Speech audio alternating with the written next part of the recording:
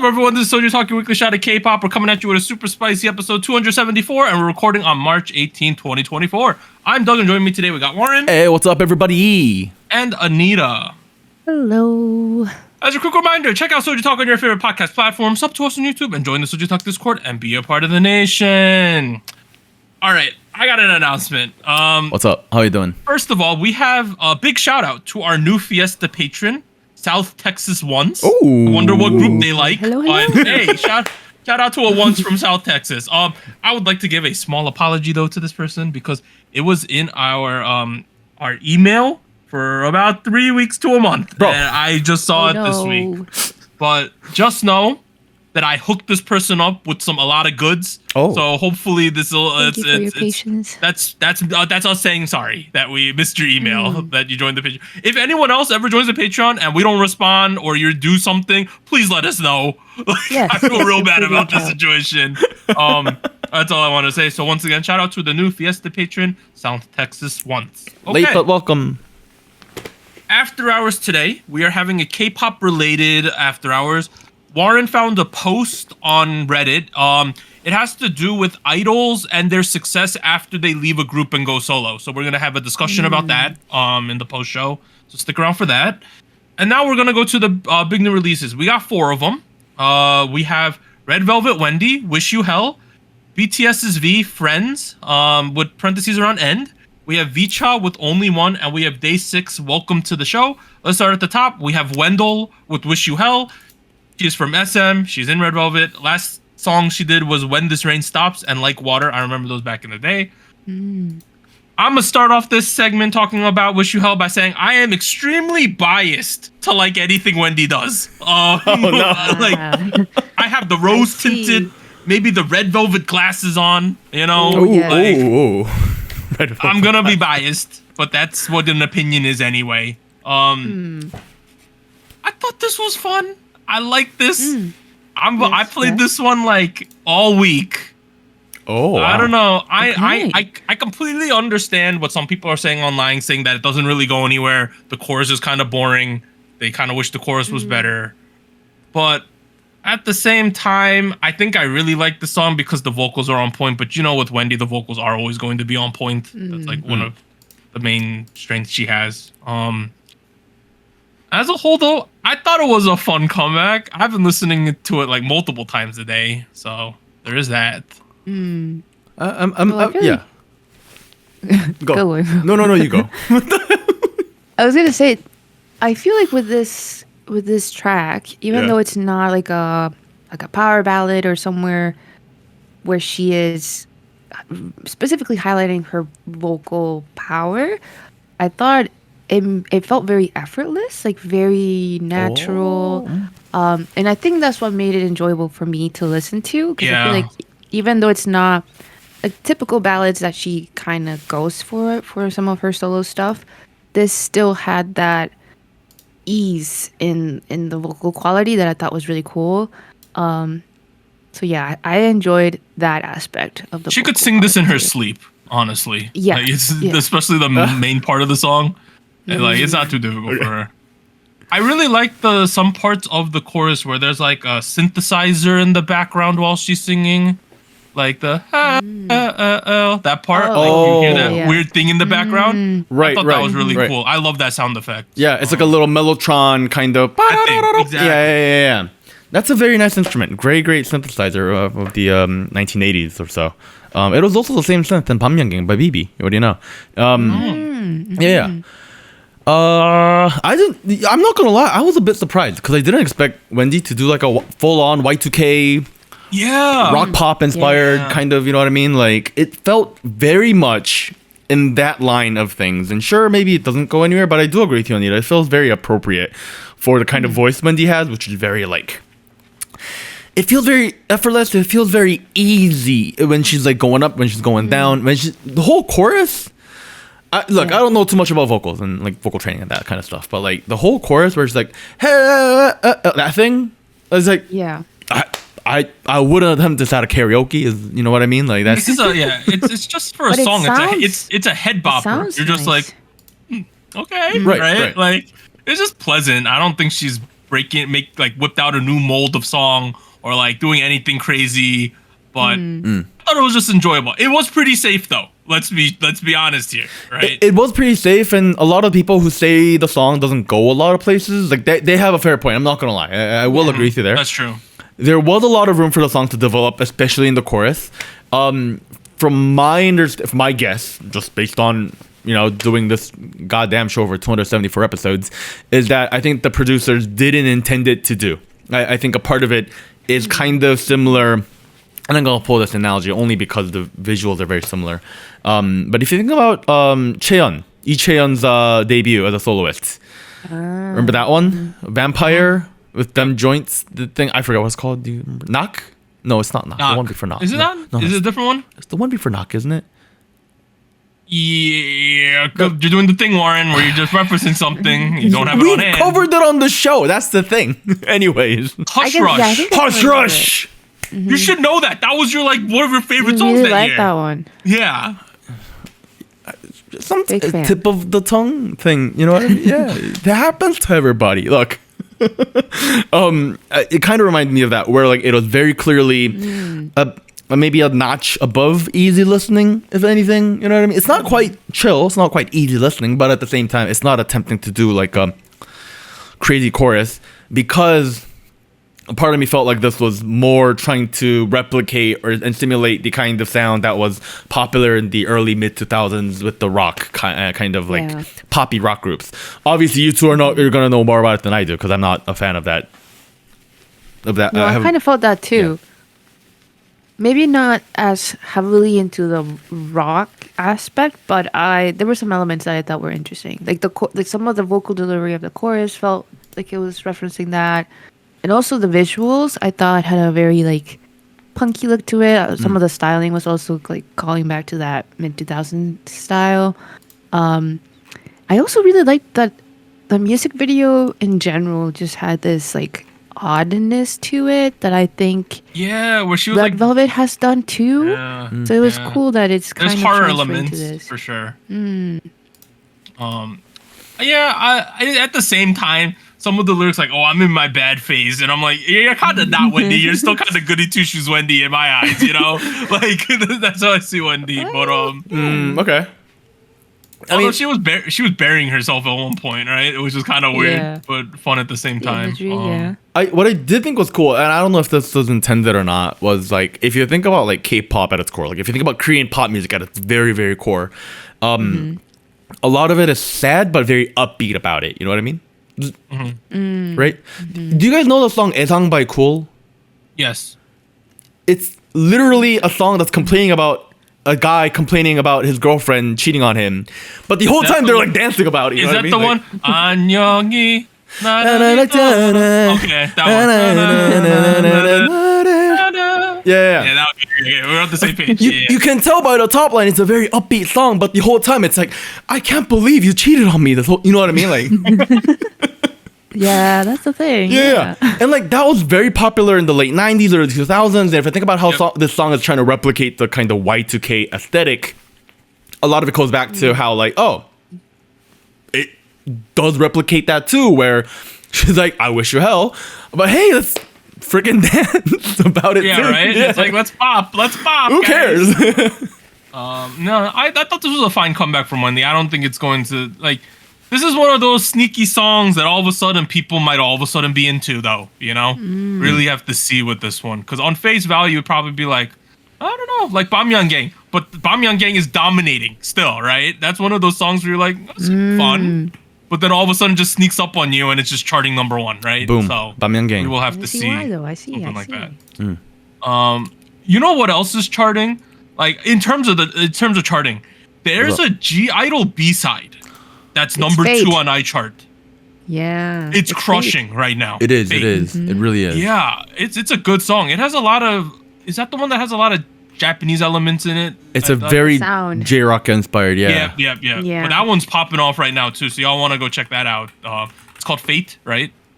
Yes, Fate. Yeah, so go check out G-Idol Fate. It's number 2 on iChart at the moment. It's threatening Bamyangang. Is that how short the English title of it is?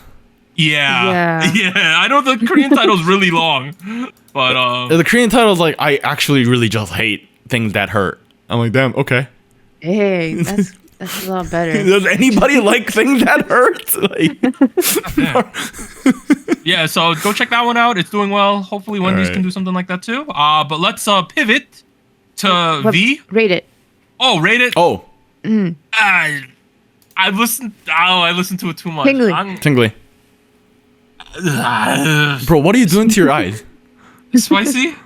Okay, sure. Ooh, yeah, dude. okay. I respect It's my your most opinion. listened to song this week, so I think I have to. Nice. Okay. Let's move to the next one. Good on you. BTS's V, Friends, would end in parentheses. He's from Big Hit via Hype Umbrella. Last three songs, Slow Dancing, Rainy Days, Love Me Again. So I have an article here, right? So Oh. Korean news. Now, BTS is not the first group to release things during their military enlistment, right? But the Korean news channels, including like KBS, have started to coin a new term called gomushin content. So gomushin are shoes made of rubber, and it's a slang for girls waiting for their boyfriend to return from the military. So they're calling what BTS is doing right now gomushin content, meaning that they're releasing stuff while you wait for them to return from the military. Aha. Okay. Is that funny? Yeah, I don't know. That's an article I found. Do you have any comments on that, Warren? Not really. No, typically when we say gomushin, we're just literally referring to the shoes. When we refer it in the context of like waiting for your boyfriend, it's typically we say gomsin. Okay. Yeah, this is probably what that is. Why that is the case, I actually don't know. Oh wait, Just what? apparently once you finish waiting, they become flower shoes. That's why. Oh. Anyways, gomsin content from your boy so V. It's actually impressive that some of these BTS dudes have full music videos and shit prepared for when they're in the military, right? How So they're far just dropping. ahead of time they record. That's They're kind of cool, ready. actually. Yeah. Yeah. How did we feel about Friends? If it was different. This is not what I was expecting, to be honest. Really? Based Well, on I would say it's Really? different from the meta, but kind of similar to what I would expect V to do based on his other solo tracks last Layover. year, Oh. Yeah. right? This Yeah. is right in line with Layover. Yeah. I'd say that. Do you disagree, Anita? Well, I guess Please elaborate. I thought there was like a more mellow vibe to some of the solo stuff he had, like Love Me Again. Okay. Even Rainy Days, I want to say, but this felt more in the pop genre to me, I guess. Like, I don't know if that counts. I like the music but video. I thought it was. It was very interesting. It was a very interesting music video. That was the was. main takeaway I had. It made Or- me. I want to ask, like, what was your interpretation of it? But I was wondering, like, what is the order of events? Because at some point I was wondering, was the day where he's spending with someone, right? Possibly Yes. his girlfriend. Second half of the Is that drop video. is it like a continuous thing? Like he was by himself my first. my and then- feelings was the song in the lyrics, right? It's about like breaking through the friend zone, essentially, right? Yeah. That's what it's. I think so. Yeah. And my feelings was that the second half, when the girl is there, it's like he broke through the friend zone, you know, Okay. or he's imagining he broke through the friend zone. At least that's how I kind of interpreted Okay. it. Okay. But then I don't understand at the end why there's two of them in the bed, you know, after he gets That hit was by the another car. one. Okay. Another question mark. I interpreted the video slightly separately from the lyrics. Okay. Okay. There are two V's in bed, dead, because V died twice in the video. Once in the first half of the video and once Right. in the second half of the video. I don't know if it's a parallel universe or whatever. But in one world he is alone. The other he is not alone and he has a girlfriend. And Right. depending on who you are, what your context of your situation is, you take things in differently. You know what I mean? Does that ever happen to you guys? Ah. Okay, let me Okay. Yeah. let me tell you where I relate to this, right? Like, because I live in a city called Long Island City in New York. It's a neighborhood, not a city. It's a neighborhood called Long Island City in New York, and it's a lot of like Asian yuppies, younger Asian couples. Big emphasis on couples. There's a lot of couples that live here, young parents Ah. with like little kids. And when you're in a relationship, you don't notice any of that because like who cares? When you're single, oh my god, they're everywhere. You go, bro. You go to buy ice cream and you feel like you're getting shame-eyed like the whole time. Like, so that's where it's all about perspective. It's about the context you're in, and it doesn't really matter at the end of the day because you're gonna die anyways. Oh Jesus! Is my takeaway. Okay, I got points of that. When you have a toothbrush cup with another person, y'all are dating. I don't give an F.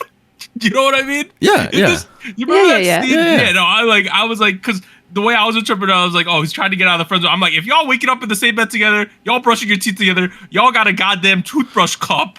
Y'all are effing dating. Shut up. No, okay, those two are dating. Yeah, right. They have to be. I was like, holy you remember, like, I just imagine I wasn't under the perspective that these were the same person in two different universes, right? In my head, I was like, what the F is the confusion here?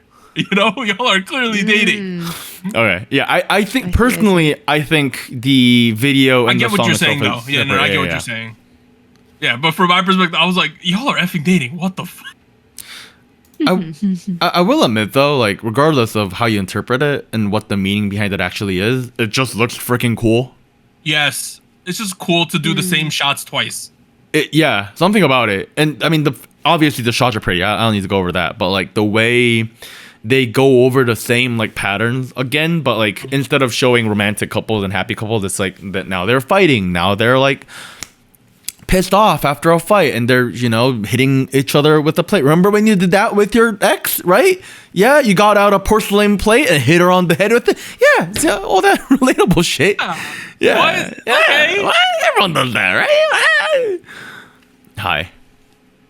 I like the song though. It could be a tad mopey, but that's what they're going for anyway. So I completely understand that. Well, let's kind of go back to what Anita said earlier, right? Because like you said, it feels more like a pop song rather than like the mellow R&B crap that he. Sorry, I didn't mean crap. The mellow R&B shit that he's been doing. Like I love it. I don't know why I said crap. You didn't make it better. Anyways, you know what I meant. Yeah, I did. I definitely feel more of a pop vibe than an R&B vibe, but I still think it's like R&B music, like contemporary. Soulful R&B, where it kind of picks up in the chorus because it does like the pop, pop, pop, pop before the actual chorus, like the 4 kick drums, and then you go to the chorus. That was pretty cool.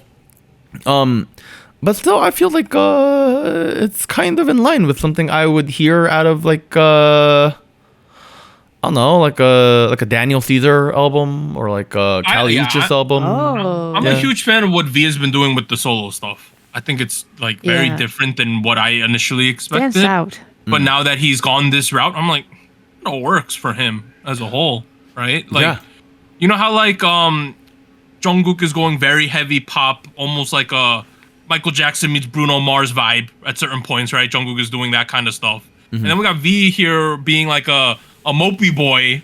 It kind of works. I don't know. I like how they're really solidifying their musical identities. Yeah, I do too. And I think it's definitely working because now when I say, "Oh, V's gonna come back," I'm like, "Oh, wonder what kind of track we're gonna get." It's probably gonna be similar to what we've been seeing, and I think it's very compelling what he's doing as a soloist. Yeah, it really suits his voice really, really well. Yeah, I agree. Yeah, I didn't know he had this soulful of a voice. You know what I mean? Like that. I mean, V kind of gives off a bit of a disinterested vibe. That's just the vibe you get from him sometimes, and it really fits the music. I think for sure. The first couple of moments in the video where he's like just like pissed off in the like bus and he's like coming to wherever. I'm like, okay, yeah. That's you right there. It completely makes sense. Yeah. Really works really well. How do we rate this one, guys? Spicy. Oh. Spicy. I was tingly. I'll give it a high tingly. More sun happy. Let's fun. The third track of the week. We got VCHA with Only One. They are from JYP Entertainment. Last 3 songs, Girls of the Year, Ready for the World, Universe. So this song is being released because I believe they're touring. I think so. I think the song is coming out in preparation for touring. I know they also are opening for Twice right now when Nice, Twice does yeah. concerts in the US. Like last night they did Las Vegas and VCHA opened for them. I want to say that my expectations for VCHA as a group, considering I did not watch the show that they were on, I did not watch A2K, my expectations were really low. And I would like to apologize because everything that VCHA has released has been above average so far. Nice. Oh, wow. That's good. There's been no flops, in my opinion, for them. Wow. That's a powerful statement. That is a very powerful statement. Something about their music, including this only one of performance video that we saw, reminds me of like an updated take of early Twice. Oh, sound wise. Like if Twice debuted in 2022, right, or 2023, and they were still in the early phases of their career, but we need to add in a little bit of the Y2K meta flavor that we have going on right now, I think you would have songs that are similar to what VCHA is doing. Okay, I could maybe see that. I don't know. I like VCHA. I don't know. Something about their stuff has been great for me, including this. I guess maybe I'm in a similar boat where like I had almost no information about like what the sound would be like, what the capabilities of the members were like, since I was not following the show. So I guess I was also pleasantly surprised. I also think that I like the direction they're going because they are quite young, right? Yes. And I feel like the sound fits them, like their voice quality, their performance style too. I want to say The energy. Yeah. I feel like it was a good choice to go this route for them. So I don't know. I like the song too. I feel like it's just very catchy, especially the chorus, where it almost does it turn into like a Jersey beat at some point, and then it goes back. It was interesting. It's mostly Jersey. Quick correction for before Warren talks. They released this song just because they're going to appear at that Twice concert yesterday. They released the new song just because they're like, all right, we're going to perform in the US. We need another song. And they made the song and dropped it. I mean, that makes sense as a move. Yep. Yeah. Because, they always say in Korea, you need 3 title tracks to perform at events, is what they always say in the industry. So, kind of makes sense. Also, like, you're getting eyes on them. Might as well. Yeah, for sure. Get them ready for the eyes that are coming. Okay. I hate to be a downer here. But no. I'm a little less excited about the song than you guys are. I'm not gonna lie. Okay. But that's not to say I disagree with you guys, because I do like where the melody's going. I like the vibes. I like very much how the song fits their aesthetic. I'm like, all of that has been really cool so far. And at the end of the day, while I don't like this song in particular, I wish they would keep doing songs in this kind of direction and this kind of aesthetic, but perhaps with a different composer and a different producer. That's where I had a lot of the issues, like the okay, let's talk about Jersey Club. For those of you guys who do not know what Jersey Club is, it's like the recent pop trend. Everybody has been doing the bam bam bam bam bam bam bam bam bam bam rhythm. It's everywhere. I think it's everywhere, to the point where we have this now where it's not appropriate to use that rhythm in my head. Oh, really? Okay. Yeah. Maybe it's the way the drums are sampled. Maybe it's the kick selection. Maybe it felt very overpowering. Couldn't really hear the melody. All I could hear was the pump, pump, pump, pump, pump, entire chorus. Bloody, oh my god. Please, lower it a little bit. The rhythm itself didn't feel like something. The whole arrangement felt like you took a typical deep house K-pop sound and then slapped on Jersey Club rhythms. Sure, I guess like it's the same BPM and it's like musically like there's nothing wrong with it theory-wise, but do I think it was a very appropriate choice for the genre and the style? Not really, other than the fact that it's trending. That's where I had a lot of issues. That, along with the very cheap sounding string arps, if you go back to the verses, like the string sound is, I don't know, something about it feels like a cheap Ariana Grande knockoff, which is whatever, it's fine. But then when you add up all these issues together, it just feels like the beat is just like very poorly made. And then I'm left really liking this melody. I actually like the way the members sing, because I feel like they bring a lot of refreshing changes to K-pop. They really do. Not partially because they're Western and partially because all of the K-pop people are not Western. So I feel like that because of that, or maybe it's the members themselves. This is a very refreshing change for K-pop. They don't make them sing as high, I think, is another thing. Right. Yeah. No. Okay. That's also true. Right. Yeah. That's, like, in the way I'll describe it, in America, in K-pop, it's like we're gonna sing as high as physically possible. Is the what happens for girls and guys, right? And some people lower notes sound better. Like G-Idol Yugi, her low notes are fantastic, right? Yeah. And that's why G-Idol works, is because a lot of high notes, and then if you have Yugi sing the low verse, you're like, ooh, what's that, right? But different to them, I think a lot of the voice parts here, they are high, but they're a little lower, and I think it works extremely well for them in terms of delivery. Okay, maybe I think that's a fair point, because like the entire song, like other than the drums, it's like very comfortable to listen to. But I don't know. Yeah, I felt like I was like peeking between the instruments to like listen to them sing almost. You know what I mean? Chorus? Like, yeah, like in the chorus, I was like trying to like, oh, I want to hear them a little more, not the pump, pump, pump, pump, pump. You know what I mean? Like, Low key though, that part kind of made it a little hype. It's hype. If I'm at a concert and they come out, I'm like, woo! Yeah, VCHA! but there's other ways to bring hype. You know what I mean? Like, I like VCHA. Okay, They okay, hype. I see. They hype. That's not to say I don't like the group. Like I said, I think where they're going is great. But like that whole like transition from the second chorus to the third chorus, which is like an 8-bar loop of the pump, pump, pump, pump, pump. I was like, guys, you're just being lazy composers at this point. Like, come on.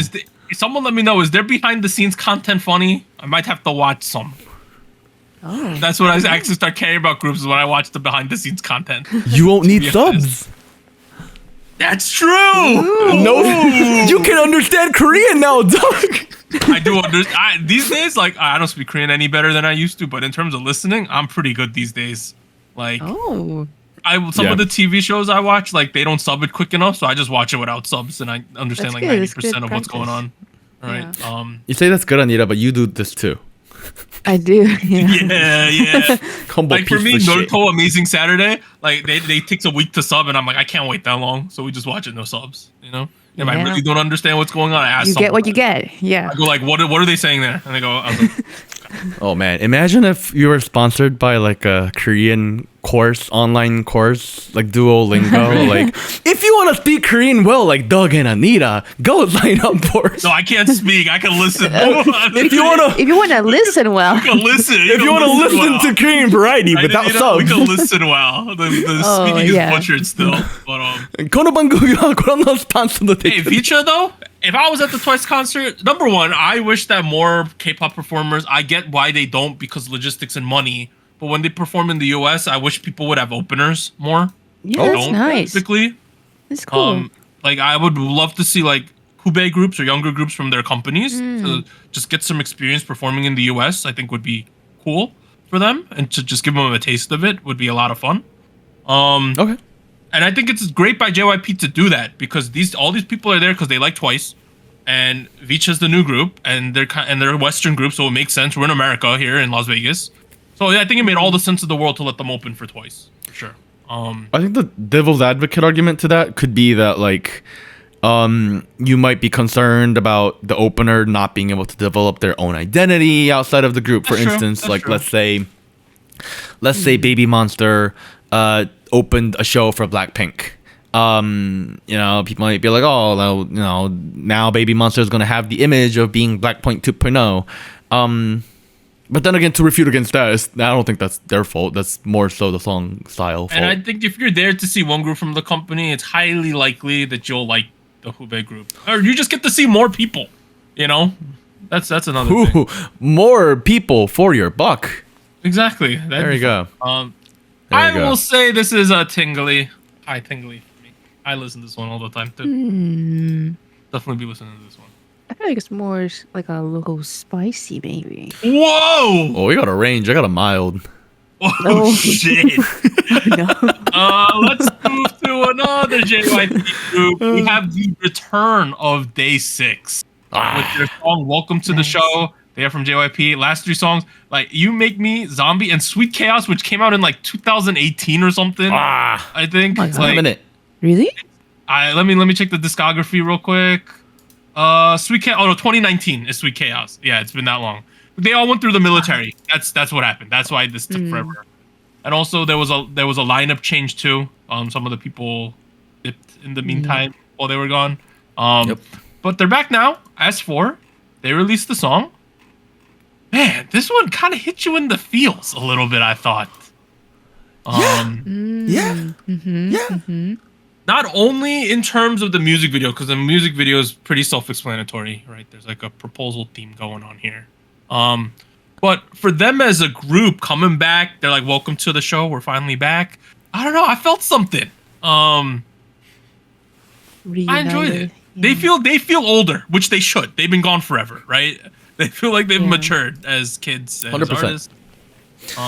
Feels like it felt like a lighter stadium song, if anything, right? Yeah, I was about to say. Oh. Yeah, exactly. I was about to say exactly stadium song. I don't know. They probably don't do that anymore, but just know back in like the 80s, 90s, maybe early 2000s, people, when there was like a crowd song, a slow song, they would whip out lighters and light them, and it was very normal to do. Now they do flashlights. Light sticks. I like the phone flashlight. Phones, yeah, in the US they do phones. Those type of songs. Yeah. Almost felt like something about it reminded me a lot of Time of Our Life. I couldn't figure out why. Yeah. But it felt much more like a slower and a lot more of a mature version of Time of Our Life, which makes sense. They're older. They are more mature. That whole chorus, the oh, that thing, it just hits. Just hits. Yeah. And you end up with the situation where I think it's very clearly in the realm of what Day6 does really well. This kind of modern pop, very pop-driven rock music. Somewhere in between. With this song in particular, it felt like a lot more like I don't know. My knowledge of modern rock is very limited, but it felt like a cross between Coldplay and Radrims almost, if that makes any sense. Okay. Yeah. Okay. Yeah. It has that like very like, I don't know, something about it that felt very genuine. You know what I mean? It's probably the marketing and the song and the video, but it works. I'm sold. You know what I mean? Like, hey. I mean, there were some impactful lines. Like Young K, he sings, "I'm moved by the stage that I won't be alone any longer." Yeah. Like that hits real hard, considering he had a bit of a solo run going while they were all gone for a while, and then they're like, I'll promise you this much. I'm gonna give my all. That's like, I feel like that's like telling the fans that you know we're back. We're gonna try real hard. Yada yada.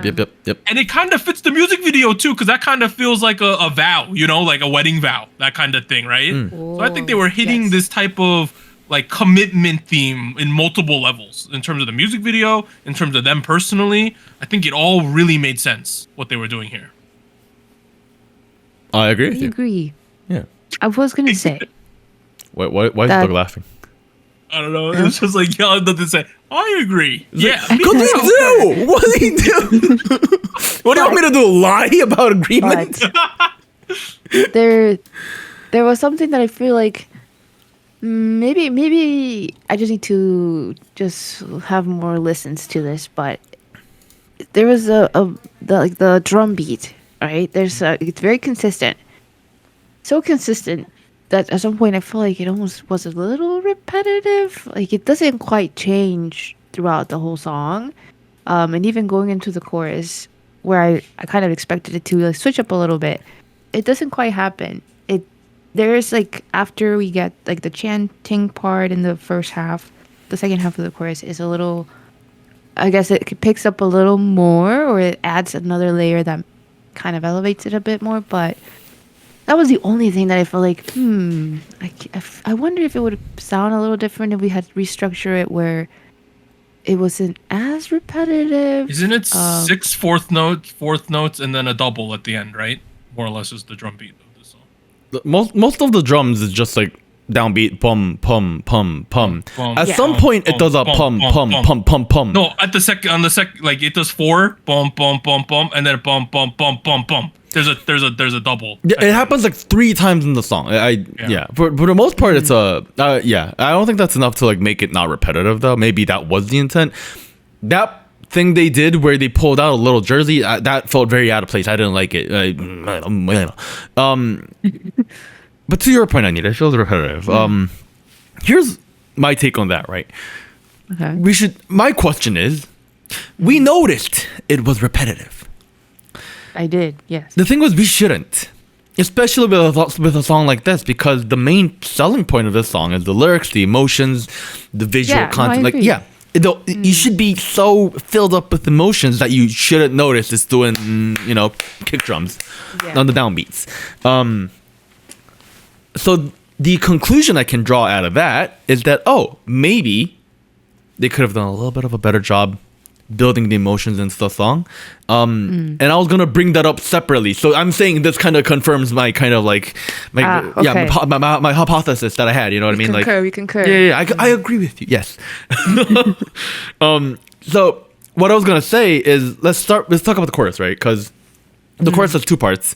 It does the whole stadium. Whoa, whoa, follow along. Right. And then they do 4 bars of the actual lyrics. And I was wondering, isn't it typically the other way around?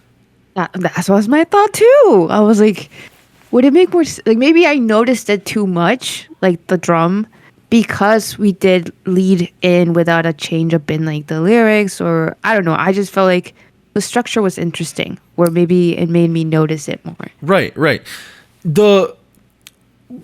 Another reason I think maybe it makes sense to do like the lyric section up front and then do the whoa, whoa, whoa, is because the top line melody is completely same. It's the 이것만큼은 맹세할게, which is the it's the same melody. If you do the lyric part first, you can sing it and introduce the melody, and by the time whoa hits, everybody can sing it together. You know what I mean? That's what I think they're going for. Right. Except they couldn't do that because the whoa part hits first, and then they do the lyric part. So from a everyone chant perspective, that really doesn't work. It also doesn't make sense because the oh part is completely reliant on the emotions. That you can't really do that until you have like the payoff, which is the chorus, which happens after the oh. So like the order doesn't matter. It makes sense either there. Obviously, I'm sure people can enjoy the song without thinking about all this. Yeah. I did. I didn't think that far. Yeah. I'm just saying, I started thinking about, that old section, I really like it, but it feels a little detached. So I'm wondering why, you know what I mean? I was like trying to figure out why. You want a funny factoid about this music video? What's up? Oh. The male actor in this music video. Do you remember the film Jiburo? So The Way Home from 2002. It's about a boy who visiting his grandma in the countryside. It's a tearjerker. That is the actor. Yes. Oh my god. That is the little kid. Yu Sung Ho. Really? Is his name. He is the main that movie character made me cry. It of was the really movie sad. The Way Home, and he is he's gotten relatively popular lately. He won a Running Man twice recently, and wow, he's appearing in this music video as the lead actor. Isn't that crazy? Nice. I would not have known, but that's crazy. I'm sorry. Yeah, I forgot he existed. Yeah, he's been picking up steam lately. Yeah, he's getting relatively popular. He's 30 now, by the way. So I mean, oh man. Yeah. So if you ever want to find a great Korean movie, it's called The Way Home. It's gonna make you cry though. Just letting you know. It will. It's a tearjerker. Prepare the tissues. It's a sad movie. Or you can watch his many other hits from the late 2000s and early 2010s. He played the role of a prince in Sundak Queen. Yeah, he's got a good range. Great man. Yeah, nice. Nice. But just wanted to point that out. Overall, this one was spicy. Happy Day6 is back. They're a good palate cleanser to the. Well, they're a rock band, so they're more palate cleansing than most things I listen to on a weekly basis. Before I say my rating, I really like One Pill's voice. By the way, Yep. Yeah, I was listening to his solo album a lot a couple years ago when it dropped. I think Therese on Discord gave me the rec. I remember. Yeah. Good album, good voice, fits their aesthetic perfectly, especially with this comeback. I don't know, but maybe it's the flow. Something about this doesn't sit right. Like all the parts work really well. It just feels like it wasn't like arranged perfectly. I don't know. Tingly for me. Okay, now I feel safe. I also wanted to say tingly. Oh, okay. 알았습니다. We disagree I on concur. VCHA. I concur. Yeah, I concur too. That's all Thank you. that's all the songs this week. Other big new releases. Gongwon Sonyo Mia had a solo debut yes. with Meow. Oh. We had Yeah. a group called VV Up that had a pre-debut song called Doom Chit. I don't know what's going there. We had a Day173 released a song called 50/50. Hwang Min-hyung released a lullaby. Loon 8 released Superpower. A group called A Nomad released a B-side called California Love. Oh My Girl Yua released Rooftop. I wish we could have covered that. Zodiac released Heyday. Pink Namju released Bad. And The Boys released Nectar. That's kind of a shame we didn't get to cover The Boys either. Add that to the list of songs that we got to get back to at some point. There's Yua track and this The Boys song probably. But it is what it is. Vice King. Last week we had a big old mess, but Chungha's Eeny Meeny featuring Hongjun placed first, picked up its first crown. Second place was iKON's Bobby with Harmless featuring Chanmina. Third place was a three-way tie, NCT Wish Wish, Le Seraphim Smart, Try B, Diamond. The new candidates are the 4 songs we covered this week. Wendy, Wish You Hell, B, Friends, VCHA, Only One, Day6. Welcome to the show. Oh God, what do I do? Bro, we got too many options this week. Day6, welcome to the show, first place. Oh! Straight Wow. up. I got it. Okay. Wait, Huh?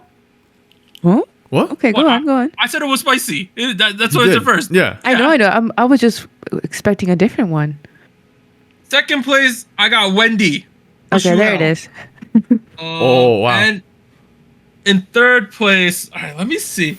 Not Chungha. I don't like that song that much. What? Whoa. I think it's maybe you know what the problem is? I What? watched all of the dance challenges back to Yeah? back, and I got sick of the song by the time I was done. Oh, boo. The opposite happened for me. She dropped like 20 of them this week. Dude, She's What? been She going ham. she is not on my For You page. TikTok, what are you doing? Okay, so not that. Bobby Chamina, it's been too long. Even though that's a fantastic song, I love that song. What? I'm Y'all need going to pipe down. All right. Do I give it to this group? Do I Why not? Why are you give it to that group? What? No, because I'm going to go listen to the chorus for 5 seconds to see if it's the song. Bro, you can't do this while we're recording. We are in the Okay, middle I remember the song now. I remember the song more. You forgot what the song's called? Is that what happened? I'm going to give third place to Le Seraphim Smart. Oh, you're mad. Wow. Wow, Did that's not see that one crazy. coming. Same. As much as I said last week that I wasn't a huge fan of this comeback spree. Right? I've had to listen to both of the 2 songs at least 20 times this past week as well. And I was jamming the whole time. All right. It's a pretty good song. I was going to put Catchy. NCT Wish in third. Or I was going to put Oh, VCHA in no. third, potentially. But I decided to put Le Seraphim Smart. Wow. Well, fear not, because I have NCT Wish in first place once again. shit. Nice, You're nice. welcome. Holy shit. I don't know. I just really like this song, and I don't think I'm the only one. We will find out soon. Second place, moving up one spot, Chungha. Chungha. Nini. Yeah. There we go. The opposite happened to me. I've been hearing the song way more on like recommended stuff, and can I just say, like, seeing the challenge done by other people that are not Chungha, like Chungha with friends, right? It really makes me appreciate her dance quality, like her attention to detail. Are you just saying everyone else is shit at dancing? Is that what you're saying? No. Oh, hot take, Anita. Did you just shit on all the K-pop musicians? Sorry, Shade. I'm just saying that I just see like the way that she performs it is something that I really like. Like her style of dancing is very particular.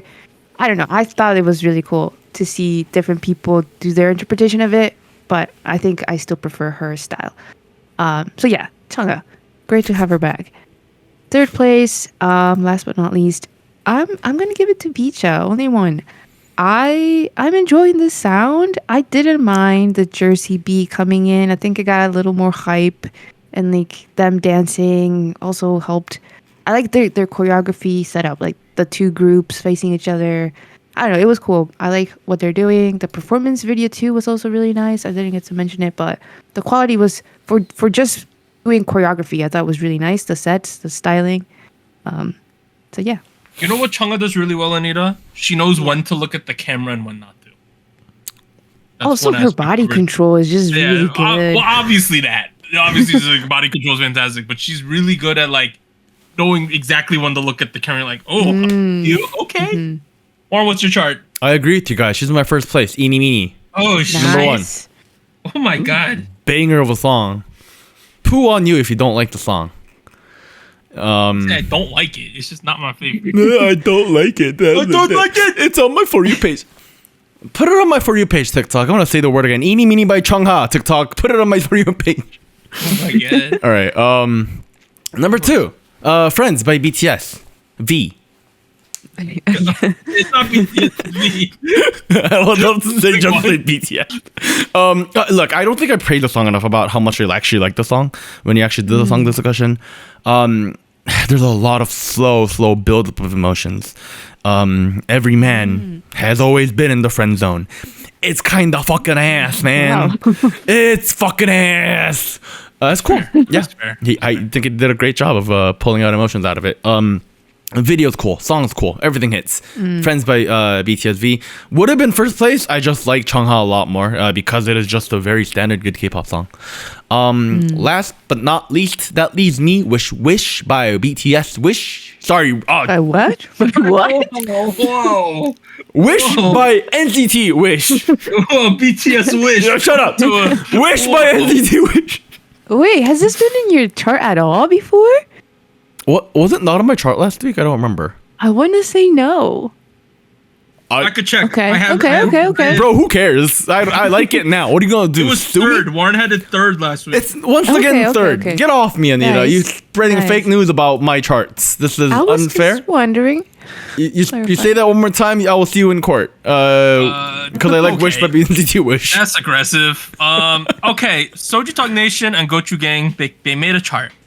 6 songs had over 36 points this week. Bro. We're dealing this on. Let me go from 6th place for them. 6th place, Try Be Diamond with 36. Nice. 5th place was Wendy with Wish You Hell with 46. 4th place, Barely Missing Out, VCHA with 50. Ooh. 3rd place, officially getting points. Getting 1 point is La Seraphim Smart with 52. Getting 3 points from them in 2nd place, Day6, Welcome to the Show. Good song. Okay. And in 1st place, getting 5 points with 59 from them is Chungha Eeny Meeny featuring AT's Hongjun. So that is their chart for this week. As a result, 3rd place, NCT Wish with Wish. Nice. 6 points via Warren and Anita. We got 2nd place, Day6. Welcome to the Show with 8 via my 1st place, and then the combined SojuTalk Nation Gochu Gang's 2nd place vote. There you go. And in 1st place, 13 points, picking up its 2nd crown, Chungha Eeny Meeny featuring AT's Hongjun, 13 points. 2 1st place votes, SojuTalk Nation, Warren, and then a 2nd place vote from Anita. Boom. Eeny Meeny.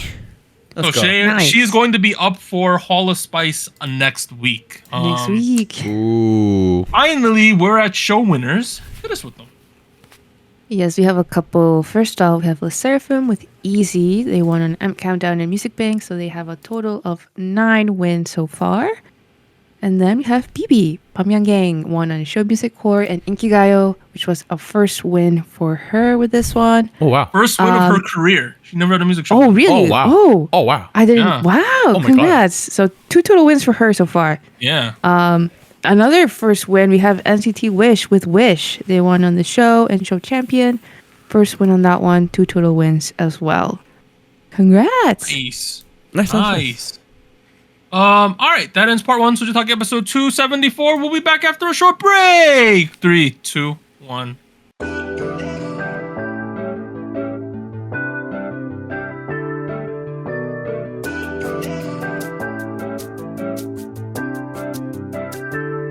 Hello, SojuTalk Nation. This is Anita here with a quick PSA.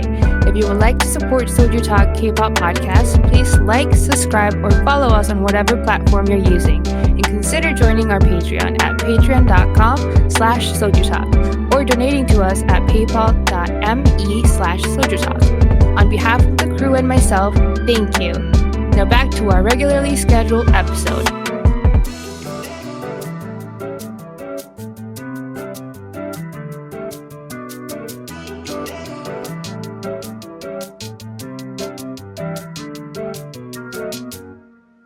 All right, we are back at it with part 2 of SojuTalk episode 274. We're going to talk about some news and events from the past week. The first one, so this is a bunch of SM articles. All of these have to do with SM. The first one, Oh boy. Bae Jae-hyun was released on bail. So he is the guy at Kakao who is a part of like the SM market manipulation stuff, right?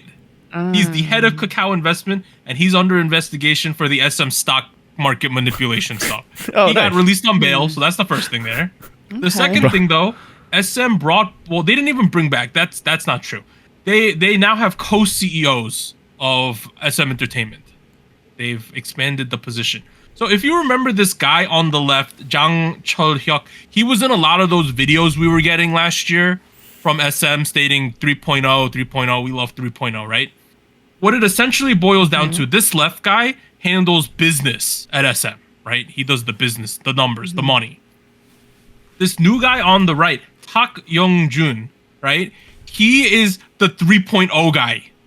That's his baby. Well, he's the idea.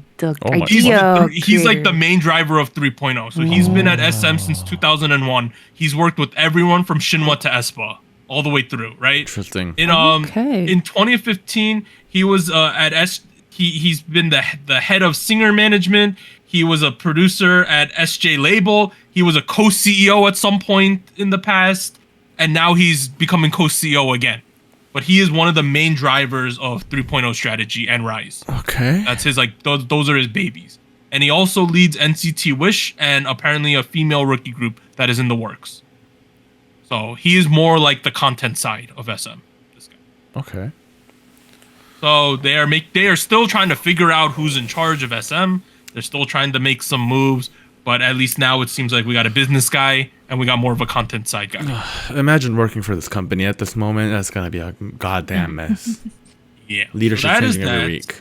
Next thing, SM launched a label called Custom Made, which is a music label under their subsidiary Creation Music Rights. And so Creation Music Rights, Warren looked it up. It's apparently a place that houses a bunch of producers across the world, right? It's a producer it's a producer label. They have a lot of producing companies under them. Companies you probably heard of is Smash Hit, The Hub, and Mono Tree. If you haven't heard of Smash Hit, their chief producer is Kangta. Oh, okay. You know Kangta. Yeah. So this is like a new SM production house. But the most shocking thing about this announcement is that they are apparently going to debut former Stray Kids member Kim Woo-jin as a solo artist sometime soon. And people are like, why? Didn't he kind of leave under like vague circumstances? No one really knew what happened. But hey, Fan's going to debut under this new SM sub-label, essentially. Suspicious. So I'm digging around Creation Music Rights, which spelled with a K. Often shortened into KMR, as well as Custom Made, which is also a K, which is all this really annoying. There's a bit of controversy around the SM Entertainment overpaying for the rights to the Hub, and a lot of the purchases they made in the last couple of years, including 10X Entertainment, which Kim Woo-jin is also apparently a part of now. Funds seem to be kind of funky. The interesting thing is he has been releasing like music, Kim Woo-jin, but he's gonna like re-debut under this new label as well.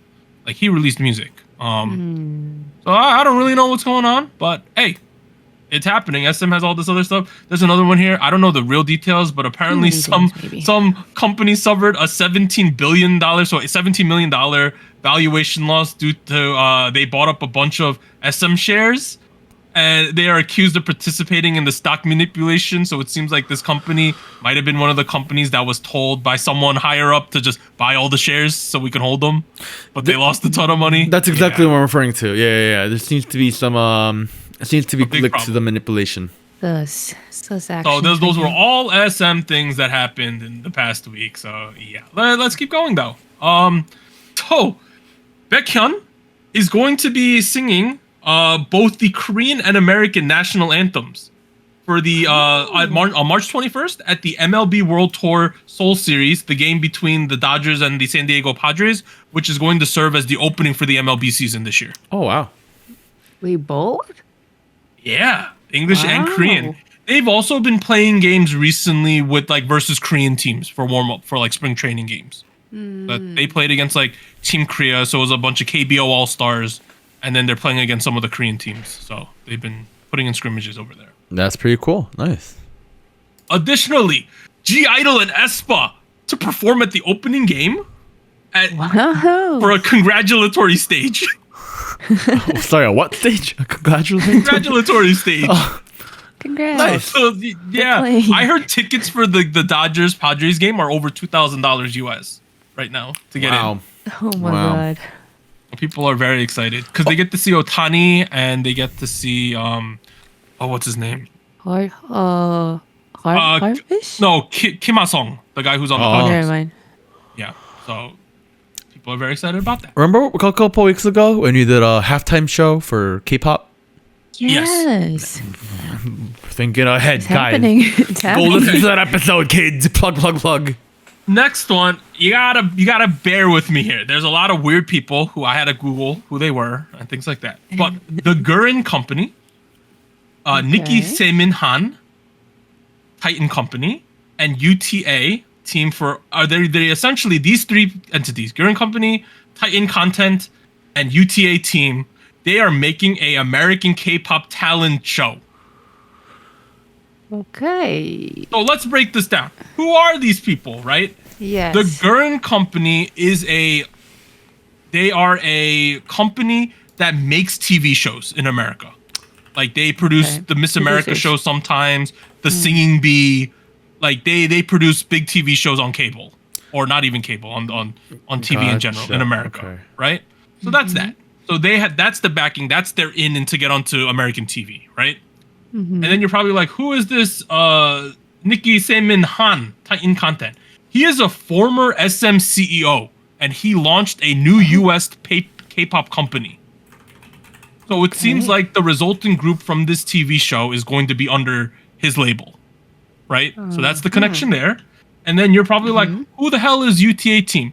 From what I understand, let me see if I can find it. That's interesting. It's United Talent Agency. Yeah, which is UTA. Yeah, it's United Talent Agency, which is a global talent agency based in Beverly Hills. It's massive. It's an absolutely humongous thing. I think Johnny Depp was under here at some point. Yeah, like. Okay. So those three people are coming together. They want to essentially do like the new American Idol, but a K-pop version in America and on American TV. Okay, so let me get this straight. There's a company that is good at making shows. There's a company that is making good K-pop. There's a company that is good at doing international pop stars. They come together. And management in general. Management in general. Okay. Okay. So we have a platform, we have the assets, and then we have the infrastructure with these three people or companies. I'm looking at the Gurin Company. Right, I'm looking at their portfolio. Never heard of any of these shows before. I'm not gonna lie.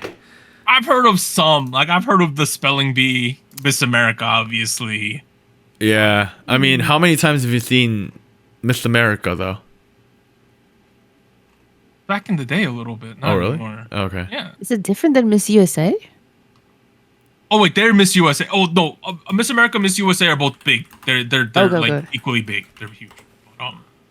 I don't know. They got a TV producer, they got a K-pop house, and they have a talent agency, and they're all coming together to make a TV show. Hey, I mean, that sounds pretty cool. I'm not gonna lie. Like this is what a lot of the survival shows want to do, right? Like break into the American TV market. So we'll see how it goes. It's gonna be interesting to say the least, right? Like, yeah, I don't know if we're ready in America to have like a straight up saying we want to make a K-pop group show on like ABC on Wednesdays at 8 p.m. Right? I don't know if we're there yet, guys. But We'll have to see. Hey, I mean, it's gonna come down to Mr. Philip Grin over here, who leads the Grin Company. I'm looking more into the information about this, and apparently there was information that came out last November that Leah Kim would be involved. Oh shit! Y'all like her, right? Yeah. Yeah, we like Leah Kim. Yeah. Anita doesn't sound very excited, but yeah, Leah Kim. Well, I'm interested to see what capacity, so we'll see. She's gonna show up and make brunch for everybody. This was right? Yeah. All right, No, so she's CPO of the Titan Contents right now. Sorry. Hey, in terms of bigger shows that y'all might know, Island 2. Oh. Yes. We got the mentors list. Okay. So, main producer Taeyang. Oh. Music producer VVN and 24. And performance directors Monica and Ijong. Oh. What? So if y'all remember, no, it makes sense. This is YG Black is doing the show. Yeah. Well, yeah. Actually, YG Black? yes. Black Never Label. mind. I'm not. Black Black Label. Label, that whatever. YG Black. YG Black. Black Label is doing this. So at least 2 of these people, maybe 4 of these people make sense if you think about it, right? So. Ijong for sure, yeah. Hey, Teddy better show up, right? At some point on this show. I swear to God. If that man doesn't show up for the show, it's going to be stupid. This is really funny because like I was seeing information that Teddy would be the main music producer and then VVN and 24 would be supporting roles as music producers. Yeah. But Teddy's in the hashtag still. So he's got to show up. Dude, right? maybe like they're gonna show his silhouette the entire time, and then like the final episode, he shows up like doing this, like a little thing. He's like, Well, here's the thing: on Island 1, which had to do with in Hypen and V-Lift, Bang PD was there most of the episodes. So, but like everybody knows Bang PD's face. Teddy's kind of like behind the camera these days. You know what I mean? yeah, that's true. But I think I'm gonna watch the show. I will at least. I will watch episode. the first 2 to 3 episodes. Yeah. I'll give it that, and then we'll to see. see. You too, Anita, right? You kind of excited I for will. this? Yeah. I want to see what's going I'm on. pretty excited. So we will have to see. Hey, they got Taeyang, Ijong, and Monica to show up. I'm gonna have to watch. All right, next thing. I can't even say this one. So the What? producers, Wavies, seemingly tease a new song with IVE describing it as a word I cannot say. What? Something female part quake. Okay. Okay. What? 4 letters begins with C, ends with T. You make the guess, not me. Yeah, something quake is what they're describing this new IVE song as. Why? Okay, I don't know. I saw this article and I was like, holy shit. They don't know how K-pop works, guys. Yeah, they don't. What is this song gonna be about? Did they mix up IVE with ice? Cause IVE's Ice Spice. You know what I mean? Like, there's a tweet, right? Here's let me pull up the tweet that the guy literally responded to about this. So here you go. Someone said, "Does the new IVE single have a word be like they're asking?" And I think the producer literally responded, "I think the term would be blank." Hey, I mean, you know, the Wavies. I don't know. Also made Maniac by BBC and Boom by NMIX, but this guy is describing the song. These guys are describing the song as something fantastic and boombastic. So we're gonna have to see, right? Like, I mean, that's lovely, but I'm looking at the discography and I'm very unimpressed. So hey, I mean, whatever Quake you hey make. man, everyone was talking about these. They can't believe these producers called it that. So yeah. All right, let's move on. Anita, Taeyong enlisting in the military, April 15th. It has started. I saw a comment saying, "Guys, it's been a good run. No. Be prepared for about 10 years of military enlistments now." That's what they said. Wait, I'm surprised that it's Taeyong first and not Tae. Yeah, everyone. I saw people talking about that too. They were like, "Doesn't Taeyong have to go?" But Taeyong suffered an injury last year. That's true. He might So still be recovering. they said he's injured, but he will probably go once he recovers. Is what I read. I'm sure he will go when he Sad. needs to and wants to go. Don't you worry. Yeah, but it's starting, Anita. NCT military enlistment. And people are like, oh my God, 17's going to start soon too, right? That's another thing people were. Oh, yeah. Well, yeah. I mean, this is... If they can get past this phase without, being too hurt, that's the whole point of NCT, right? That's the whole point. Next man up. True. Next man up, right? Yeah. Bring the other guy in. Yeah. We wish Taeyong all the best of luck in his military. Yes. It already happened. Oh no, next month. Next month. Not yet. Okay, Luna. Eve is finally signed somewhere. Ooh. Wow, finally. So we've been waiting for this for a hot second. She signed with a record label. I don't know how to pronounce Paper Mill. Paper Mill? Paper Mill. Warren, what's Paper Mill? Do you know anything about this? I actually had to look it up for today's episode. This is a label that is run by producer Milik. You may have seen him off of Show Me the Money 8, as well as his hit track with Zico, Dean, and Crush under the song Paradise off of his full length in 2017. He hasn't produced too much other than that, I'm not gonna lie, but hey, he's got a label. Well, now he's a Luna person, so we'll see what happens after that. Not gonna lie, like as someone who like keeps up with K-hip hop like pretty heavily, this company has not been making too much heavy waves. So I'm kind of interested to see why she signed with them and him. Which is also interesting because like I don't think of Eve as like a hip hop person, Like No. that's not what I think. You never know. But like we never know. I'm willing to be shocked. But like then again, like I'm willing to believe that like Paper Mill is not hip hop and just more like modern contemporary music of R&B or hip hop or whatever. But now all the Luna kids have signed with places now. Took long enough. Yep. Next thing, this is what I mentioned with G Idol's Fate. It got a real-time all kill, not a perfect all kill, but on Flow, Bugs, Genie, and Melon, it reached #1 on all of them. People are listening to G Idol Fate, and you should probably too. Next thing, all right, we also had this came out. So Jennifer Lopez featuring G Idol, they were essentially re-released one of her more recent songs called This Time Around, but yeah, it dropped. Oh wow. Oh. That's the G Idol remix. Yes, with Jennifer Lopez. So you can check that out Nice. if you're a fan of those people. Wow. Next thing, WeVerseCon announced its first lineup. Billy, Ooh. I don't know who this is. Imase.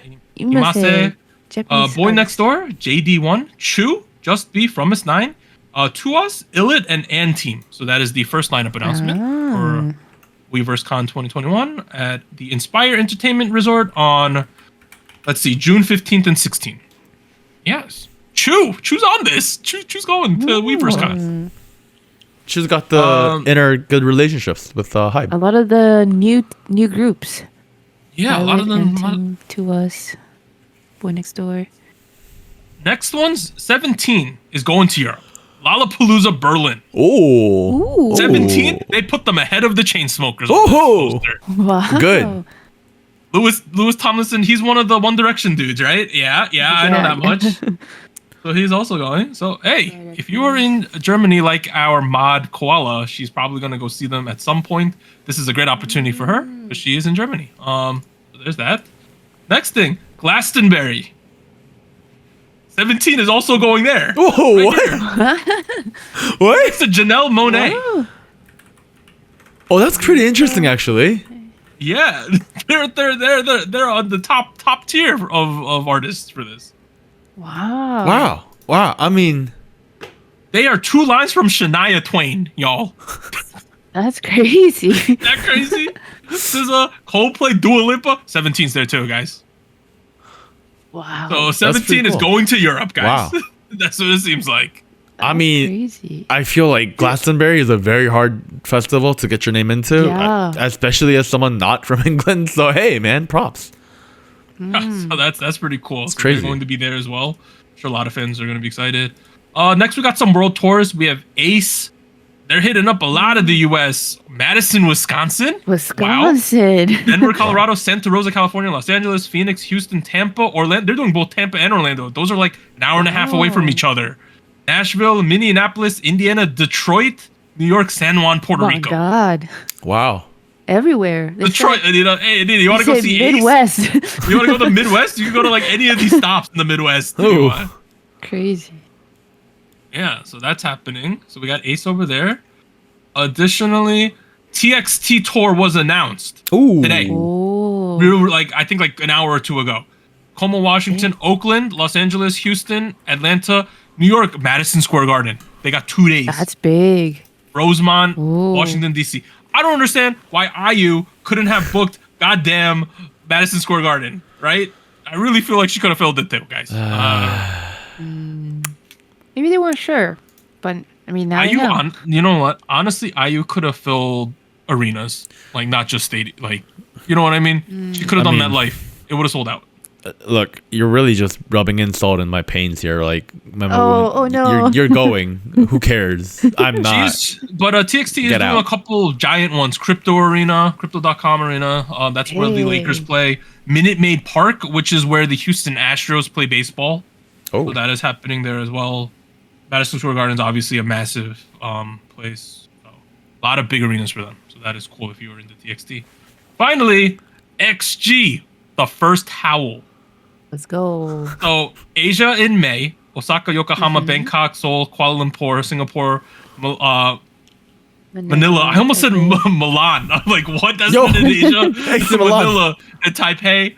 North America in October, Europe in November, and other regions. XG has performed in the Middle East a couple times too. So that's not out of the realm house for them. That's pretty cool. Wow. If this is at a reasonable place, not just in the middle of Brooklyn where it's gonna take me 3 hours to get there, I might be going to this. just saying. Watch it being in Long Island. It might be. No, literally. There's a new USB arena out there. Actually, yeah. It's USB arena's at the edge of Queens. Oh, I mean, at the edge. You can make that happen, dog. Come on. You said you're a fan. You said they're your favorite group. Come on. Let me look up how long it would take me via public transport. So, okay, car ride 56 minutes right now. Okay, that's not bad. Public transportation 4 hours. Just ride. Just take your car. You have a car. I do have a car. Sit in the car. Oh, there you go. Put your hand on the wheel. Wait. Give me 1 second. I'm looking up. Feel the pedal. Wait, this is in Belrose. Yeah. Oh, wait, this ain't that bad. No. I put in the wrong stuff. I put in the stupid Google Maps said, well, if you walk to the train station. Oh, no. To the train station. So if I go from the train station to this arena, it's 1:30. I could do that. That's fine. That's not bad. Hey, not bad. I live on your way there. You're welcome to crash tonight. Pick him up. Yeah. That might be it. We might go if it's at UBS Arena or whatever it's called. I mean, hopefully it's a MetLife. No, it's not gonna be at MetLife. That's too big. Hopefully it's a Prudential Center. That's what I'm banking on. Why should it be Connecticut? Still tri-state. Oh my god. Next week though, in terms of music, Purple Kiss, Lucy, TNX, Young Posse. Their theme this time is a Burger King theme, from what I've seen. Let's go. They're committed. The logo looks like a Burger King logo. Oh boy. I'm excited. I've been checking it out. And we also got Sorry, we have Illit debut, and we have NCT Dream, Anita. So that's pretty exciting there as well. Okay. Yeah, the Young Posse track is called XXL. I don't know. Extra large. Double XL. All right, that ends part 2. SojuTalk episode 274. We'll be back after a short break, and we're going to be talking about idols leaving a group and going solo, and the success or the lack of success people have by doing that. So stick around. We'll see you guys then.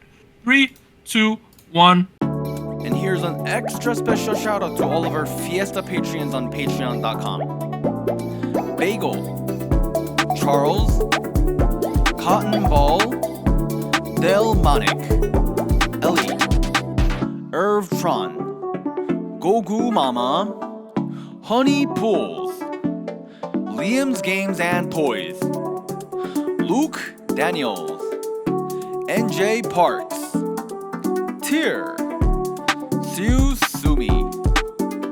And thank you for joining Soju Talk, your weekly shot of K-pop.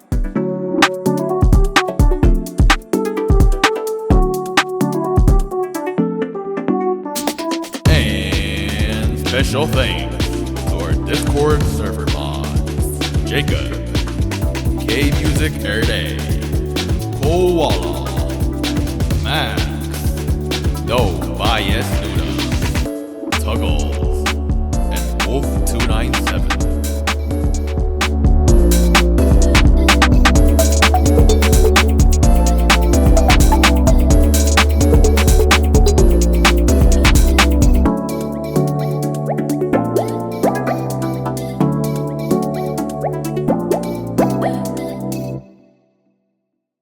All right, well, what are we doing, Warren? Idols are almost always worse off when they leave a group to go solo. Is the title of a Reddit post I read on unpopular K-pop opinions a couple days ago. Okay. Are you guys familiar with that sub? Should he get some context there? Yeah? I've seen it. Yeah? Anita, for context, it's a subreddit where people drop popular or unpopular opinions about K-pop. And sometimes they're stupid shit. Sometimes they're worth a conversation. And people vote whether the argument is popular or popular. Sorry, popular or unpopular. Okay. It's just, a fun way to discuss hot takes, right? Like this one. Idols are almost always worse off when they leave a group to go solo. All right, so let me read off the what the post says, right? They are almost always worse off because they don't sell as much music, except for a couple exceptions. Solo artists just don't attract as many fans or as much attention. There's no fodders for shippers. There's a lot of fans that are much more interested in the group music and dynamics. The reason I think this is an unpopular opinion is because I frequently see fans wishing their favorite idol would leave their group, and they think this would be better for their career. I don't understand why people think this so commonly when you can just look at the numbers. Artistic freedom is one thing, but from a strictly financial standpoint, it'd be really dumb for most idols to leave their groups. What did the readers think? I don't know. What do you guys think? Do you guys think it's a popular or unpopular opinion? I think it should be a popular opinion. It should be, or is it? You know what I mean? I've always been of the opinion that you're better as a group unless you have extreme circumstances. Right. That's always been my opinion. Anita, what about you? I feel like I tend to lean that way too, because I'm trying to think of cases where going solo proved to be more successful, like the solo artists ended up being bigger or maybe lasting longer than the group run. But it's hard. I think, I can't think of anything where like leaving the group while the group was active even even like more risky, I think. Right. So you guys are right. It was a resounding I agree, which is like that's popular. 1,000 people said that's crazy. That's popular. I kind of agree with you guys too. Like, I think the key part of this discussion is when they leave a group to go solo. You know? Yeah, let's not talk about people who are doing solos while they're in the group, i.e., like Nayeon and Jio are doing in twice. Right. Because that's not fair. They still do twice, right? And like, if you think really hard about it, that's actually most people. Like, if you think about, for instance, Hyuna, who has been very influential as a solo artist. She was still there in 4 Minute. She never left 4 Minute. For the front half of her solo career, for sure. Yeah. Right. Yeah. Until for G Idol. I'm sorry, not G Idol. 4 Minute inevitably wrapped up their careers together. Yeah. Oh yeah, I'm looking it up. She was in 4 Minute and in 2016. She was a soloist by 2010. So she was in that group for 6 years while doing solo stuff. Yeah. She was there like she was doing solos right after she left Wonder Girls essentially. Okay, let's first think of people who don't follow this trend. I'm gonna say like Sunmi. Warren mentioned before we started the pod. Ihyori, obviously. That's no. Ihyori never left the group. That was a mistake. Yeah. The group ended. The group ended. But yes, so we're not talking about groups that just end. We're talking about people who literally leave to go solo. That's how I understood kind it. of gathered. Oh shit, that even makes it smaller. Sunmi is like a great option then, right? Sunmi is one example. Yeah. Yeah, Sunmi's the only one I can think of. Sunmi's the only one that I can think of that actually did really well. Because like if you think about it, Well, that ended. That ended. She didn't leave. That really. ended. Yeah. Her group never really popped off at all. Like the thing with Jessie was though, like she had a pretty solid solo career as Jessica H.O. And then all of a sudden she was like, I'm gonna hang out with this rapper and the other male vocalist. We're gonna be an R&B group. Let's put it this way. If you're in a group, right, and you're even at the point of having this discussion, right, where I want my guy to leave the group so they can go solo. They make more money. They'd rake, right? If you're at that point where people are even making that claim, that means this group is very successful, right? Typically. Oh. Because very few companies are going to take a risk on someone just dipping out of the group and then going to a different company doing solo. Even in the Sunmi example, she was still under JYP when she did the solo. They just kind of reconfigured her, right? They're like, drop out of Wonder Girls. She claimed she was gonna go to college, but then she's like, I still like music, and then she did the solo, right? Yeah, you're right. That's what happened. She was still under JYP, so I could see that when in-house they said, all right, maybe that's a better path for you. But if you're the type of person who's like, this person gonna leave the group, leave the company, go to a new company, do the solo thing, and we're gonna be successful, that's a stretch, is it not? It definitely is. There's a lot of things that need to work there, and yes, a K-pop musician is successful because they're talented people that are great at performing, singing, dancing, very charismatic on stage, all that. But that is possible because of the production and the labels. Like, yes, they're shitty people sometimes, but we do also have to give credit where credit is due. And if you take that out of the equation, there's so many variables that you cannot replicate. You know what I mean? Yes. Especially in my example, you're in probably a successful group. In order to drop that company and go to a different company, you're most likely going to have to downgrade your company. Very rarely do we have company moves that are like equal, Right. Same level. Yeah. And honestly, Sunmi really, I don't know if she lucked out or if she was really smart, but in her first two singles, she was doing 24 Hours as well as Moonrise. I think they just hit gold twice, dude. Like 3 times in a row. No. Those two songs were like decently popular, but like not to the level of Kashina, which was the first track with her new company. Yeah. True. So like, I don't know if she got really lucky. People still were into Sunmi then. I remember they did like the Moon song on like Produce. It was on there, like people were still talking about Full. Oh yeah. It was decently popular, but at the same time, nowhere near the level of success where she was with Wonder Girls or with Kashina, you know what I mean? Would you go as far as saying, if you're telling your favorite idol of the group to leave the group, go to a new company, start a solo career, and you're going to make it, is that a little delulu, in your opinion? Yeah.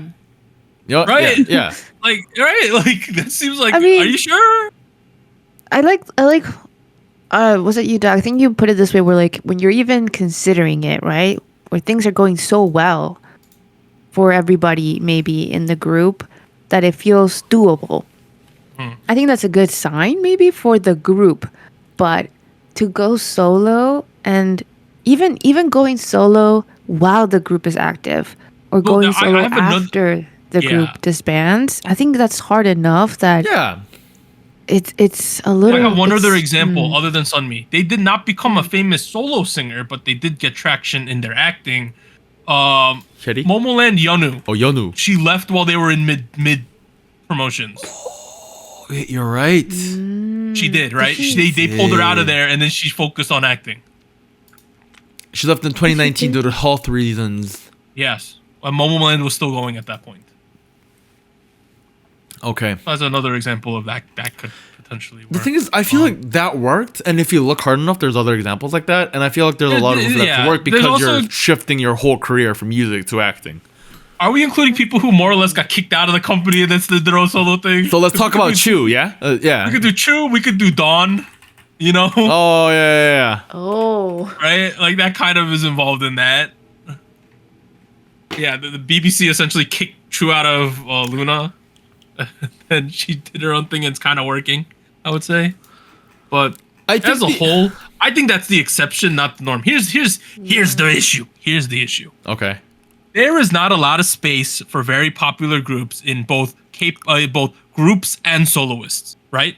If you think about groups that you would consider this group is making money, a lot of money, it's probably like 30 groups, 40 groups, right, are making money, right? Fair. That number is even less with soloists, specifically K-pop based soloists, not people doing ballad singers, things like that, right? But in terms of K-pop soloists, like Chungha, like Somi, right, things like that, most of the successful ones are still with their groups. Like on the guy side, like Baekhyun is still with the group, right? Taemin is still with the group, although he might be leaving SM. We don't really know, but he said he's still in SHINee. Yeah. Taeyeon. Zico is technically still in Block B. He is. Right? He so is. these people are still in the group. They didn't leave the group. And soloists, if you think about how many high-tier solo K-pop acts are making money, that's even less than the amount of groups I would name. You know? Yeah. It's even harder. I do think a part of it. So I'm going back to the Reddit post that we started off with, right? Because I do think there's a good point here about fans wanting and being interested in group music and dynamics. I was talking to another friend who listens to K-pop, and we were talking about why people like K-pop. And at the end of the day, sure, like, you can like the music, you can like the dance, you can like the choreo, like music videos, all that. Sure, that's definitely cool. But let's talk about people who like to watch Takon, in team content, you know what I mean? Like the self-produced content, in-house. 17 traveling, you know, that kind of thing. Right. Variety stuff. Varieties. That Star, the members, all the V lives you used to watch. Now they're Weavers lives. A lot of it is reliant on building a character for the artists, and then having them interact with each other. Listen to what Doug says all the time. Are they boring people or are they funny? He literally asked that earlier about VCHA, remember? Yeah? Yeah, he did, yeah. It's a criteria now, yeah. It makes a difference. very Is the important. behind the scenes content funny or not? Like, for instance, NMIX behind the scenes content, hilarious, right? Right.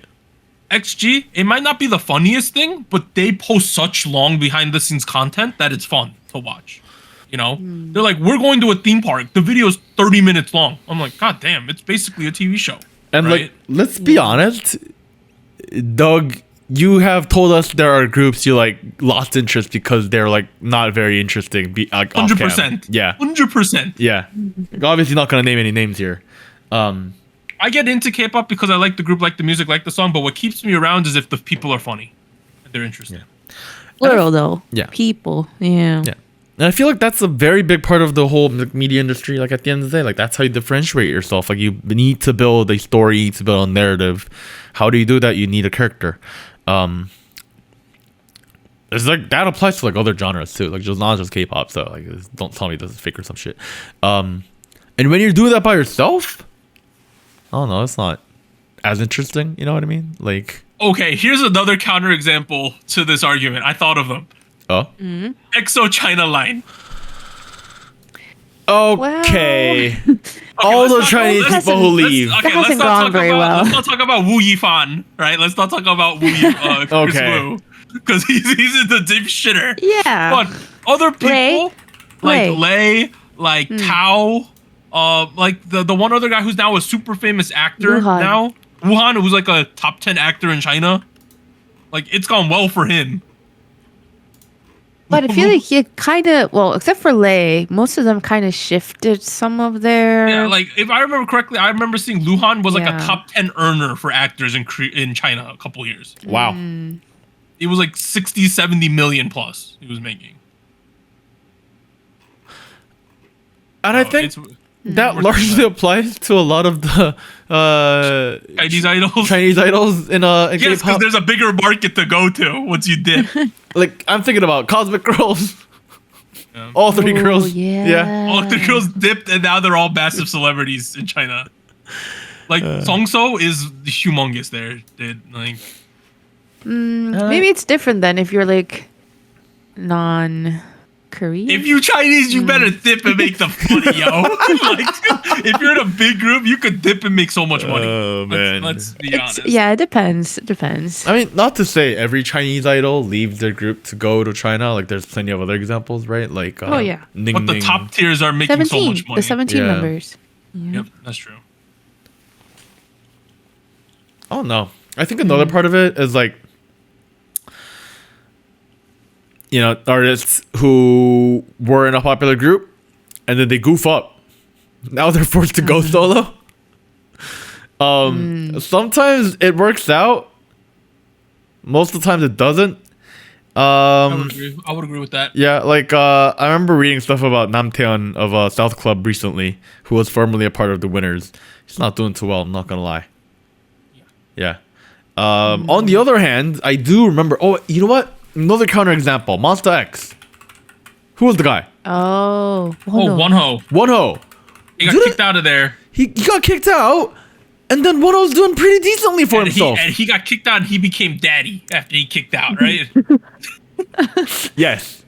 He became everybody's fathers. He's in the military now, I think. Yeah. But yeah. He popped off. His body popped off. We're liberal with the juice, if you know what I mean. What's X? What? Juice? He was what are you saying? that is an interesting I'm saying example. he got some vitamins after he left Monsta X. All right. He got some vitamins. Oh, he sold 37 in the first week. That's not amazing, but hey, that's in 2021, so like that's not bad either. Love Synonym number 2 doesn't have numbers. Who else can I think of? I would say if you're not getting kicked out of the group like some people, right? If you're in the group and you think I could get a lawsuit and get out of this shit, you better be assured that you're gonna be able to make a ton of money. You know, you gotta really make sure. You better be signed with like Big Four. You don't want to pull a 50-50 other 3 members and to that happen, dude. Or else you might be in the whole 20 million or whatever million dollars. I mean, okay, I was trying to think of it in a different way, right? Where like, what if if the group, right, is say not doing super great, and maybe the reason why they feel like, oh, this particular member is very talented, but they're just not getting the audience that they need, right? Yeah.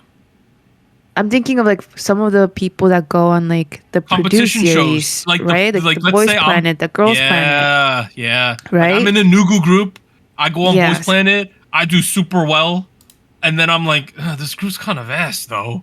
You know, Right, but like, even so, I feel like the success stories of those cases, I feel like still happen in slim the to realm of none. another group. yeah. Yeah, so it's hard. Obvious. I don't know. Yeah. I mean, I'm sure there's exceptions, and I'm sure if you have the right resources and infrastructure and the right plan and everything goes to plan, I'm sure it'll work out. But like, All I'll say, there are tons of groups, right? Not the massive one, not the group that was number 1 at a certain point. There are a lot of groups who are probably ended up in like top 15, top 20 groups at the time, right? yeah. Notable people who won music shows. When the group ends and they all go off, try to do their own separate things, right? Maybe 1 kid, 2 kids is still relevant after 5 years. Yeah. Right? Yeah. Yeah. Like, it's tough out there. It like, is. People might recognize, like, okay, I'm gonna give an example. This group has been disbanded a hot second, so I'm not throwing shade. But like, Lovelyz as a group, right? They disbanded that shit in 2021, right? Out of everyone in the group, I probably see a couple of them every year now. Like, Miju's still very successful because she's doing the variety shit, right? For sure. Right. We see Sujong and we see Kay doing solo stuff, right? Sometimes. Oh, yeah. But a lot of these other kids, for a Western fan like me, I don't see the rest of them very often. Once in a blue moon, right? And As at the time, soloists, yeah. Lovelyz, when they were around, people knew who Lovelyz were for sure, right? It's just tough. A part of it is definitely the infrastructure. A part of it is definitely like who you surround yourself with. A part of it is definitely a part of the genre too. Like, Yeah. if you think about how Yeah. like K-pop Yeah. is structured, it's meant to be a lot of K-pop traditionally before the seasons and shit popped in was a lot of like, how crazy can your vocals? How can you how you know how high can you be belting? And we gotta dance, do a flip, dancer, do you're a a flip. rapper. Yeah, do your human pyramid 2 p.m. You know what I mean? Like it's a whole lot of circus. You gonna do that alone? Good luck, man. Like it's hard being a solo as is. Yeah, like Also, think about how much infrastructure goes into doing solo, right? You need a company. You need producers. You need a music video. Yeah. You need a manager. You need housing. It's a humongous investment. Humongous risk. Yeah. Although I will admit, I am often curious about how big the difference is for solo artists versus like a 4-member group versus like a 9-member group. You know what I mean? Money coming in the door. No, not even money coming in the door. How much they got to spend? You know what I mean? Oh, okay. Yeah. I see what you're saying. Because it's not like 1 times 4 times 9. You know what I mean? It's like it's way less. Yeah. Right. So at a certain point, financially probably there's like a good number. You know what I mean? Like a safe number. That's why I never understood smaller companies saying, "Oh, our group has 17 kids in it," you know, or like our group has 15 kids. I'm like, how are you gonna pay for all that, bro? You know, like, goddamn. The thing is, if I'm completely honest, whenever a group debuts and there's like 10 plus members, and it's not from Big Four, I feel like I see them cheaping out a little bit on the visuals, on the outfits, on the music video. Yeah. And like, I mean, I understand. I don't have a lot of money in my account either. Nobody does. But like at that point, I'm like, it maybe, you know, it could have been 7 people instead of 13. I don't know. Just food for thought here. And that's where I'm like, okay, maybe a solo career is probably not as financially efficient as like a 4-person group. You know what I mean?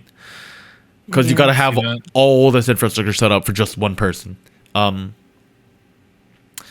it's definitely a struggle. I would say to somewhat start to wrap this up, idols are almost always worse off when they leave the group to go solo. My first reaction to this take now, there's not a lot of examples of this. That's the first thing. Unless this person meant like after the run's over, things like that, right? Because there's a lot of success stories like that.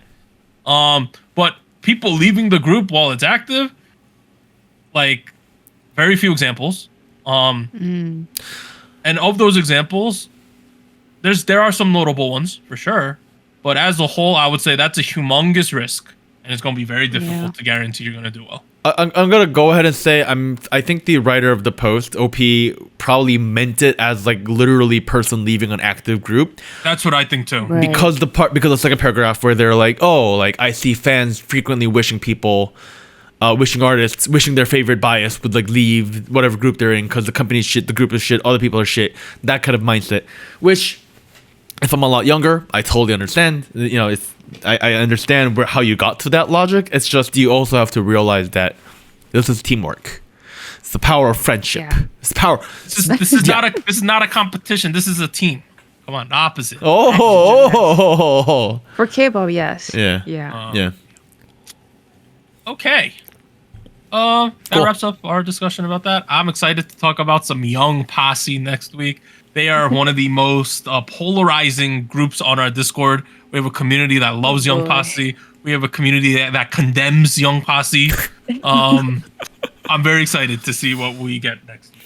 We'll see you guys then, everyone. Bye Cool. bye. Bye-bye. Bye bye. Bye-bye.